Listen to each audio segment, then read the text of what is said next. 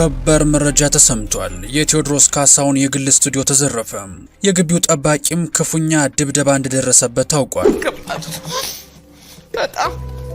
ከአንድ ቀን በፊት የቴዲ ሁለት የቅርብ ሰዎች ለጥያቄ ትፈለጋላችሁ ተብለው በፖሊስ መወሰዳቸው በተሰማ በሰዓታት ውስጥ የቴዲ አፍሮን ደህንነት አደጋ ላይ የጣለ መረጃ ተሰምቷል።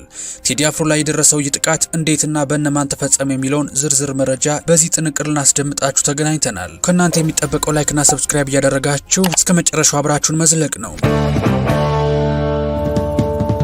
በአንጋፋው ድምፃዊ ቴዎድሮስ ካሳሁን ቴዲ አፍሮ ላይ እየደረሰ ያለው ጫናና ወከባ ሕግን በጣሰ መልኩ ይበልጥ አደገኛ እርምጃ ወዳለበት ደረጃ መሸጋገሩ ተጋለጠ።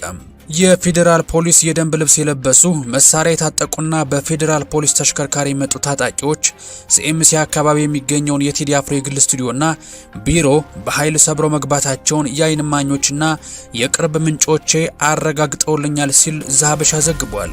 ይህ ህገወጥ የኃይል እርምጃ የተፈጸመው ትላንት ከምሽቱ 3 ሰዓት አካባቢ መሆኑ የታወቀ ሲሆን ታጣቂዎቹ ወደ ቴዲ አፍሮ የግል ስቱዲዮ ጥሶ ለመግባት የህንፃውን ጥበቃ ላይም ዘበኛ በከፍተኛ ሁኔታ መደብደባቸው ተገልጿል የሚለን ዘገባው የህግ አስከባሪ አካላት መደበኛውን የህግ አግባብና የፍርድ ቤት የብርበራ ትዕዛዝ ወደ ጎን በመተው በምሽት የዜጎችን የስራ ቦታና የግል ንብረት በኃይል መስበራቸው የሀገሪቱን የፍትህ ስርዓትና የዜጎችን ደህንነት ክፉኛ ጥያቄ ውስጥ የሚከት ድርጊት ሆኗል።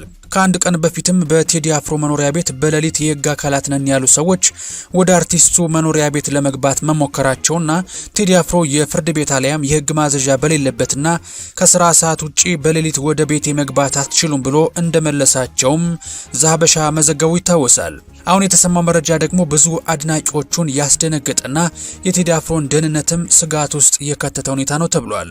ቴዲ አፍሮ ከቀናት በፊት ብዙ ንትርክን በፈጠረው ዳስ ጣል የተሰኘ ሙዚቃው ላይ መች ከሀገር ይበልጣል እኔስ አንድ ነፍሴ ያላት የግጥም ስንኝም ከዚህ ጥቃት ጋር ተያይዞ መነጋገሪያ ሆና በማህበራዊ ሚዲያ ላይ የተዘዋወረችና ቴዲ አፍሮ እውነትም ምን እንደሚከተለው